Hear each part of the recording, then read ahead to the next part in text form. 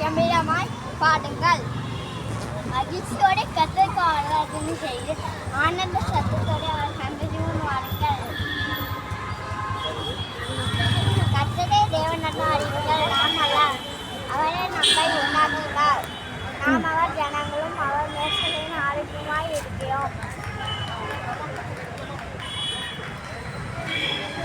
கர்த்தரே அவர் வாசல்களின் துதியோடும் அவர் பிரகாரங்களின் புகழ்ச்சியோடும்